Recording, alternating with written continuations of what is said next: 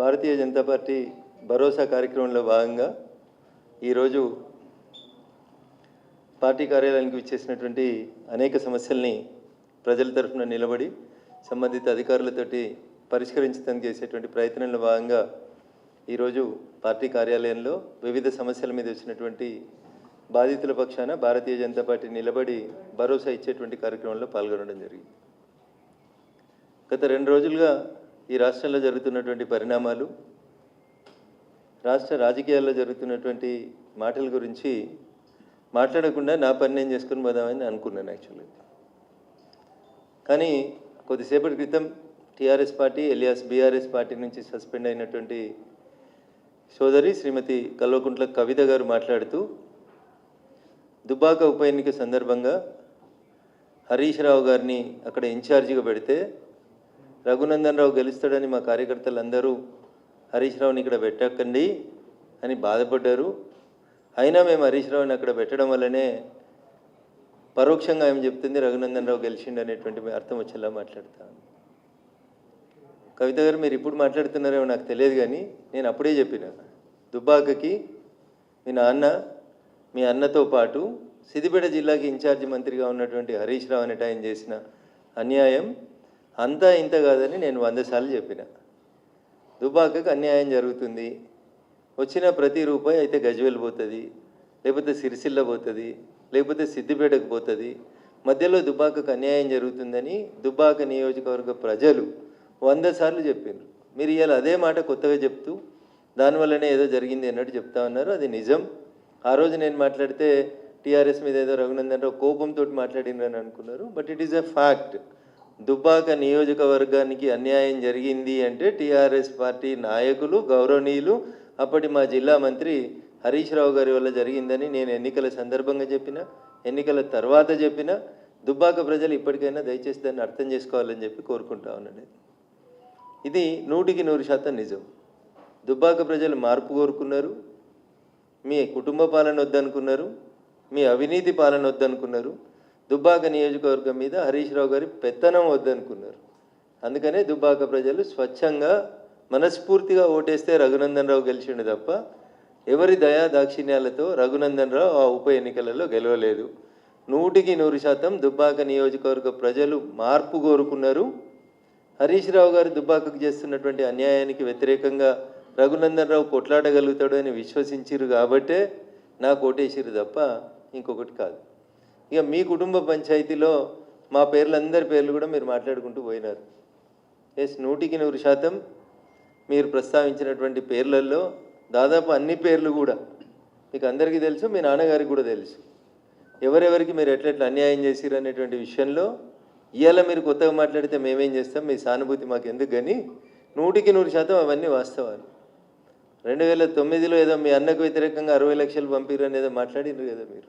ఇవన్నీ పాత చరిత్రనే. కొత్త చరిత్ర నాకు ఎమ్మెల్సీ ఎన్నికలలో 2009లో మహాకూటమి అభ్యర్థిగా ఇస్తే అప్పటి జిల్లా పార్టీ అధ్యక్షునిగా నన్ను ఎవరు ఓడగొట్టినో కూడా నేను పార్టీ అధ్యక్షుడైనటువంటి గౌరవనీయులు చంద్రశేఖరరావు గారికి చెప్పిన. కానీ ఆ రోజు కూడా యాక్షన్ తీసుకోలేదు. These are all facts. Nothing is an hidden thing. It is. ఇందులో కొత్తగా ఆమె చెప్పింది ఏం కూడా లేదు. రేవంత్ రెడ్డి గారు, హరీష్ రావు గారు ఒకటే ఫ్లైట్లో వచ్చిర్రని, వాళ్ళిద్దరూ కుమ్ముక్క అయినరని, మెదక్ పార్లమెంట్ ఎన్నికలలో నన్ను ఇబ్బంది పెట్టాలని చూస్తున్నారని, కాంగ్రెస్ టీఆర్ఎస్ 2 కొల్లుడై నేను గెలవకుండా చూడాలని ప్రయత్నం చేస్తున్నారని నేను మీడియా ముందుకు వచ్చి చెప్పినటువంటి తారీఖు 22 మార్చి 2024 రోజే వచ్చి చెప్పిన. నేను మార్చి 2024 నాడు ఆస్ట్రేలియా నుంచి కనెక్టింగ్ ఎయిర్ ఇండియా ఫ్లైట్ నెంబర్తో సహా చెప్పిన. నేను బిజినెస్ క్లాస్లో వస్తూ ఢిల్లీ నుంచి వస్తుండగా గౌరవనీయులు ముఖ్యమంత్రి గారు, హరీష్ రావు గారు ఇద్దరు అదే ఫ్లైట్లో ట్రావెల్ చేసినారు. నన్ను ఓడగొట్టేందుకు ఇద్దరు ముచ్చట పెట్టుకున్నారనే విషయాన్ని నేను ఇవాళ కొత్తగా చెప్పలేదు. ఎన్నటి చెప్పిన, ఇది 22 మార్చి 2024లో చెప్పిన. నేను అదే విషయాన్ని ఈరోజు మళ్ళీ కవిత గారు కూడా ఎండార్స్ చేసినారు తప్ప ఇందులో కొత్త విషయం ఏముందని నేను అనుకుంటలేను. 2-3 సార్లు వాళ్ళు దుబ్బాక ఎన్నిక రఘునందన్ రావు అనే మాట తీసినారు కాబట్టి నేను ఈ విషయాలు చెప్తా ఉన్నాను తప్ప మాకు ఆ విషయాల గురించి, వాళ్ళ పార్టీ వ్యవహారాల గురించి, వాళ్ళ పంచాయతీల గురించి, వాళ్ళ కుటుంబం గురించి, వాళ్ళ కుటుంబ పంచాయతీల గురించి మేము మాట్లాడదలుచుకోలేదు. మేము ప్రజల కోసం పనిచేస్తాం. భారతీయ జనతా పార్టీ ప్రజల పక్షాన్నే నిలబడుతుంది. పాల వ్యాపారం చేస్తారా, నీళ్ళ వ్యాపారం చేస్తారా, ఒకళ్ళ కాలు బట్టి ఒకళ్ళు లాగుతారా, మరి పాల వ్యాపారం చేస్తుంటే ఇంతకాలం ఏం చేసిర్రు? అయోధ్య రెడ్డి గారు ట్వీట్ చేస్తే బహుశా అయోధ్య రెడ్డి గారు ఇప్పుడు ఎక్కడనో కమిషనర్గా ఉన్నట్టున్నారు. ఇన్ఫర్మేషన్ కమిషనర్గానో సమాచార హక్కు చట్టం కింద కమిషనర్గానో ఎక్కడ ఉన్నట్టున్నారు. మరి అయోధ్య రెడ్డి గారు మాట్లాడాలి, పాల వ్యాపారం ఏంది, ఎందుకు ట్వీట్ చేసినారు, ఎందుకు తీసేసినారు, ఇట్లాంటివి ఏమైనా ఉంటే వారు మాట్లాడుకుంటే బాగుంటుంది తప్ప మీరు అందరికీ మనిషి కింద బురదేసిపోదామని అనుకుంటున్నట్టున్నారు. చెల్లె బురదేమద్దు, మేమంతా ఆల్రెడీ ఇవన్నీ మాట్లాడిన విషయాలే, ఇవన్నీ గతంలో మేము చెప్పిన విషయాలే. ఇందులో కొత్తదనం ఏముంది చెప్పు? కొత్తగా మీరు చెప్పింది ఒకటిగా మోకిలా ప్రాజెక్టు తప్పితే మీరు కొత్తగా మాట్లాడింది ఏం కనబడతలేదు మాకు. నిజంగా నేను కూడా రాష్ట్ర ముఖ్యమంత్రి గారికి చెప్పదలుచుకున్నాను, మోకిలాలో జరుగుతున్నటువంటి ఈ ప్రాజెక్ట్ ఏదైతే ఇందాక కవిత గారు పేరు చెప్పారో ఆ ప్రాజెక్టు మీద కంపల్సరీ విచారణ జరిపించాలి. దాంట్లో ఉన్న లాక్యునాస్ ఏంది అనేది చూడాలి. ఆ మోకిలా ప్రాజెక్టుకి సంబంధించి అనుమతులేంది, డబ్బులేంది, ఈ పోచంపల్లి శ్రీనివాసరెడ్డి అనేటువంటి ఎమ్మెల్సీ ఏడికేలోచి ఏడ శ్రీమంతుడైండు, నవీన్ రావు అనేటువంటి ఎమ్మెల్సీ అవకతవకలేంది, వీటి మీద రాష్ట్ర ముఖ్యమంత్రి గారు ఏసీబీ డీజీ వెంటనే చర్య తీసుకోవాలి. ఇట్లా అడ్డగోలుగా సంపాదించుకొని పైసలతోటి ఇష్టం ఉన్నట్టు చేసుకుంటూ పోతున్నటువంటి ఈ సామ్రాజ్యాన్ని విస్తరించుకునేటువంటి కార్యక్రమాన్ని బంద్ చేసేయాలి. టీఆర్ఎస్లో ఎమ్మెల్సీల పేరిట పోచంపల్లి శ్రీనివాసరెడ్డి గారైనా నవీన్ రావు గారైనా వీళ్ళు చేసినటువంటి పాప పనులన్నింటిని కూడా కాంగ్రెస్ ప్రభుత్వం వెంటనే విచారణ జరిపించాలని చెప్పి నేను ఈ సందర్భంగా డిమాండ్ చేస్తా ఉన్నా. వీళ్ళే కాదు పాపం, మా చెల్లె మర్చిపోయింది, ఇంకొక ఆయనే సంతోషరావుకి సడ్డకుడో వియంకుడో చుట్టమో ఒక ఆయన అవుతాడు, డీసీపీ పేరు సందీప్ రావు. ఈయనను పెట్టి నా దుబ్బాక ఉప ఎన్నికల సందర్భంగా ఈజ్ ద సూపర్ మ్యాన్ అన్నట్టు, పోలీసులో సూపర్ కాప్ ఈయన. టెలిఫోన్ ట్యాపింగ్లో కానీ పైసలు పట్టుకోవడంలో కానీ ఇప్పటిదాకా పేరు ఎవరు మాట్లాడలేదు, కానీ వారి పేరు సందీప్ రావు. వారు అప్పుడు టాస్క్ ఫోర్స్ డీసీపీగా ఉన్నారు, నార్సింగ్ ఏరియా, నేనుండే ఇంటి ఏరియాకి టాస్క్ ఫోర్స్ డీసీపీగా ఉన్నారు సందీప్ రావు గారు. వీరి నాయకత్వంలో ఒక 3-4 సిఐల్ని పెట్టుకొని మా ఇంటి చుట్టూ వాచ్ పెట్టి మమ్మల్ని నానా యాగి చేసి టార్చర్ పెట్టినటువంటి పెద్దలు కూడా సందీప్ రావు గారు. ఇట్లా మీరు పోలీసులను అడ్డం పెట్టుకొని చేసిన మంచి పనులు చెప్తుందేమో కవిత అని నేను అనుకున్నా. టెలిఫోన్ ట్యాపింగ్లో ఏమేమి జరిగింది, ఎవరెవరి పైసలు ఎట్లా గుంజుకొచ్చినాం, లేకపోతే ఎమ్మెల్సీ వెంకటరామరెడ్డి గారు ఏం చేస్తూ ఉన్నారు, వారికి ఎట్లెట్లా జీవోలు మార్చిర్రు, ఏమేమి చేసిరు, ఇవన్నీ ఇంకా చాలా విషయాలు మాట్లాడాల్సింది కవిత. మీరు మాట్లాడినవన్నీ అన్నీ ప్రజలకు తెలిసిన విషయాలే మాట్లాడారు, కొత్త ఏం మాట్లాడలేదు మీరు. ఇంకా ఏదో మళ్ళీ పార్టీలకు పోదామా వెనుక పోదామా అని ఊగిసలాడుతున్నట్టు కనబడుతుంది తప్ప ఇంకా మీరు నిజాలు మాట్లాడితే ఇంకా చాలా మాట్లాడాలి కదా. మేము ఇవన్నీ మాట్లాడినాయి కదా. రేవంత్ రెడ్డి గారు హరీష్ గారు కలిసి ప్రయాణం చేసింది మాట్లాడినాం, అయోధ్య రెడ్డి గారు ట్వీట్ చేసింది, మీరు మాట్లాడింది ఏం లేదు కొత్తగా. ఇందులో కొత్త కనబడుతున్న ఏమైనా ఒక సంతోష్ రెడ్డి ఆయన కడుతున్న శ్రీనివాస్ రెడ్డి ఆయన కడుతున్న విల్లాస్ తప్ప మీరు కొత్తగా ఏం మాట్లాడినట్టు కనబడతలేరు. కాబట్టి కవిత ఇంకా వేరే విషయాలు మాట్లాడితే బాగుంటుండే. ఇంకా టానిక్ మీద ఎఫ్ఐఆర్ చిన్న విషయం, అది క్లబ్బులు పబ్బులు ఇవన్నీ మీ నాన్న క్లబ్బులు బంద్ చేస్తే మీరు పబ్బులు నడిపినాయి అన్నీ అందరికీ తెలిసినటువంటి విషయాలే కాబట్టి వాటి గురించి పెద్ద చర్చ అవసరం లేదు. కానీ కవిత చెప్పినటువంటి మాటలలో టీఆర్ఎస్ పార్టీ అంతా కూడా అవినీతి పునాదుల మీద విస్తరించబడింది.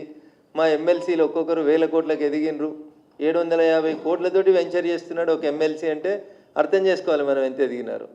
నవీన్ రావు గారి అక్రమాలకైతే ఇక అడ్డు అదుపు లేదు. ఆయన చేసినటువంటి అడగోల ఆక్రమణలకి, కూకట్పల్లి పరిసర ప్రాంతాల్లో ఆయన చేసినటువంటి జీవోలకి, వీళ్ళు మార్చిన జీవోలకి, ఇంకా చాలా జీవోలు ఉన్నాయి. చెల్లె మాట్లాడాల్సిన జీవోలు ఏంటంటే కన్జర్వేషన్ జోన్లను ఎట్లా మార్చి ఇచ్చిర్రు మున్సిపల్ శాఖ మంత్రి గారు, అవి మాట్లాడాలి చెల్లె. ఇంకా చాలా విషయాలు మాట్లాడాలి, వాళ్ళ ఎమ్మెల్సీల అవినీతి గురించి మాట్లాడాలి. ఒకటే రోజు కాబట్టి కొంచెమే మాట్లాడిందని అనుకుంటా ఉన్నాను నేను. మళ్ళీ ఎపిసోడ్లో ఇంకా బాగా మాట్లాడాలని కోరుకుందాం. ఖచ్చితంగా టీఆర్ఎస్ పార్టీ పెద్దలు చేసిన అవినీతిని ఎంత కవిత బయట పెడితే బాగుంటుందని నేను మనస్ఫూర్తిగా కోరుకుంటాను. Thank you.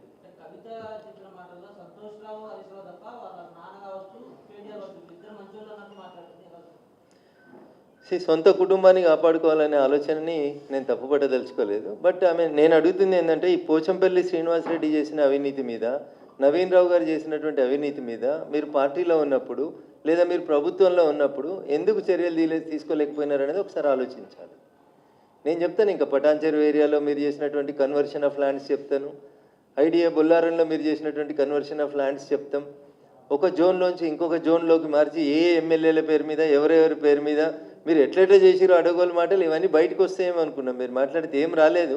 ఖచ్చితంగా సమయం చూసుకొని మేము కూడా మీరు మాట్లాడినటువంటి మాటలు కాక ఇంకా మిగతా అన్నీ మేము కూడా మీడియా ద్వారా బయట ప్రపంచానికి చెప్పాలనుకుంటా ఉన్నాం.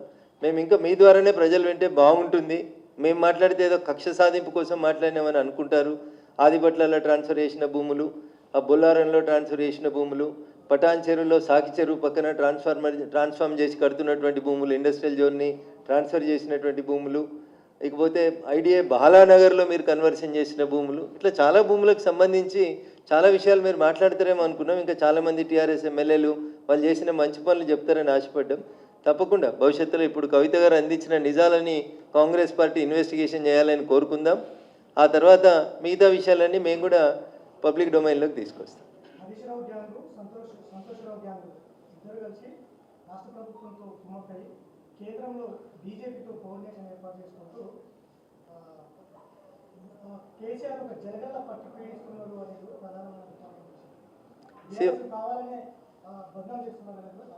భారతీయ జనతా పార్టీ ఏ రోజు కూడా తన లైన్ దాటి మాట్లాడలేదు.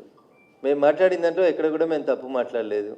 కాళేశ్వరంలో అవినీతి జరిగిందనే మాట్లాడినాం. అంతకుమించి మేము వేరే విషయాలు ఏం మాట్లాడలేదు.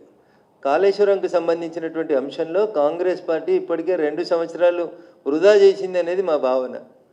ఈ విషయం ఎప్పుడో కాళేశ్వరంకు సంబంధించినటువంటి కేసు సిబిఐకి ఇచ్చి ఉంటే ఈ పాటికి సగం ఇన్వెస్టిగేషన్ అయిపోతుంటుంది. నిన్న మహేష్ కుమార్ గౌడ్ గారు మాట్లాడిన దాంట్లో అన్యాపదేశంగానే కాంగ్రెస్ పార్టీ ఎట్లా కుట్ర చేస్తుందనే చెప్తారు. ఆయన ఏమంటాడు, వచ్చే ఎలక్షన్ల వరకు ఒకవేళ సిబిఐ ఈ కేసు తేల్చకపోతే బీజేపీ బీఆర్ఎస్ కుమ్ముక్కైందని మేము ప్రజల్లోకి తీసుకుపోతాం. 2 ఏళ్ళు మీరు దాచిపెట్టుకోవచ్చు ఫైళ్ళు, 2 ఏళ్ళు మీరు ఇన్వెస్టిగేషన్ పేరిట పక్కకు పెట్టవచ్చు. లాస్ట్ 1 ఇయర్ మాకు కూడా ఎలక్షన్స్ ఉంటాయి కదా. ఇప్పుడేదో సిబిఐకి హ్యాండ్ ఓవర్ చేస్తామని ఇంకా కోర్టు ఏం తెలుస్తుందో తేలనే లేదు. మమ్మల్ని బదనాం చేసేందుకు అప్పుడే రంగం సిద్ధం చేస్తూనే ఉన్నారు. కానీ Bharatiya Janata Party we don't want to blame anybody.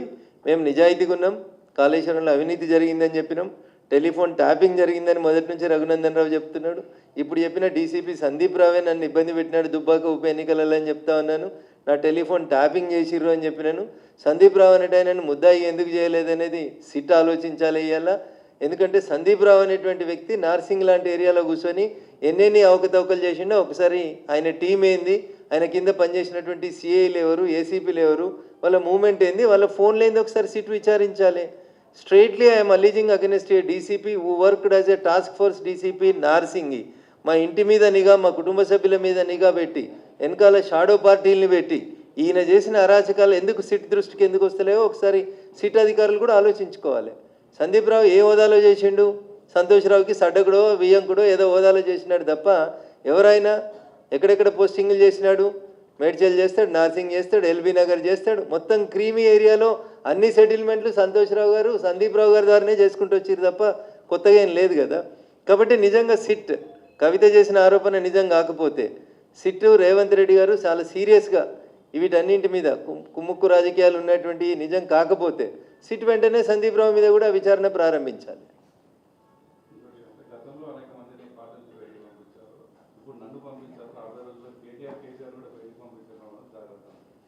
ఇది వాళ్ళ కుటుంబానికి సంబంధించిన ఇష్యూ అన్న. పంపించిన వాళ్ళంతా బాగానే ఉన్నారు. రేపు కవిత కూడా బాగానే ఉంటుందని అనుకోవాలి మరి లెక్కన. ఎందుకంటే టీఆర్ఎస్లోకి వెళ్ళి బయటకు వచ్చిన వాళ్ళు ఎవరు నష్టపోలేదు, ఎవరు పోరాటం వాళ్ళు చేసిరు, నిరూపించుకున్నారు, వాళ్ళ సొంత కాళ్ళ మీద వాళ్ళు నిలబడ్డారు. రేపు ఏమవుతుందో చూద్దాం. నిన్ననే నా అధ్యక్షుడు చాలా స్పష్టంగా చెప్పినాడు, అవినీతి పరులకి భారతీయ జనతా పార్టీలో స్థానం లేదు, చాలా స్పష్టంగా చెప్పినారు.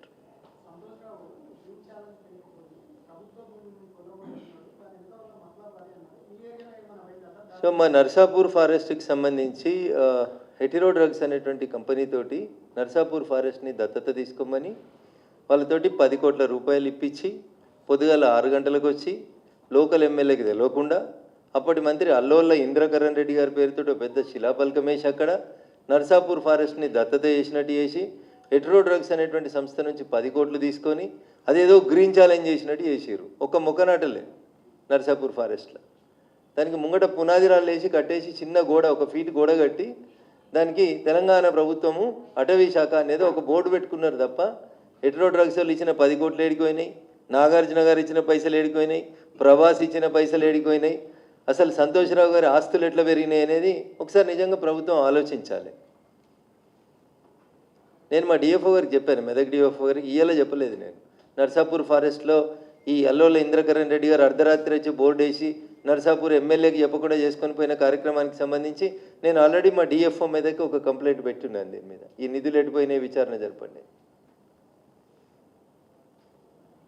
Thank you sir.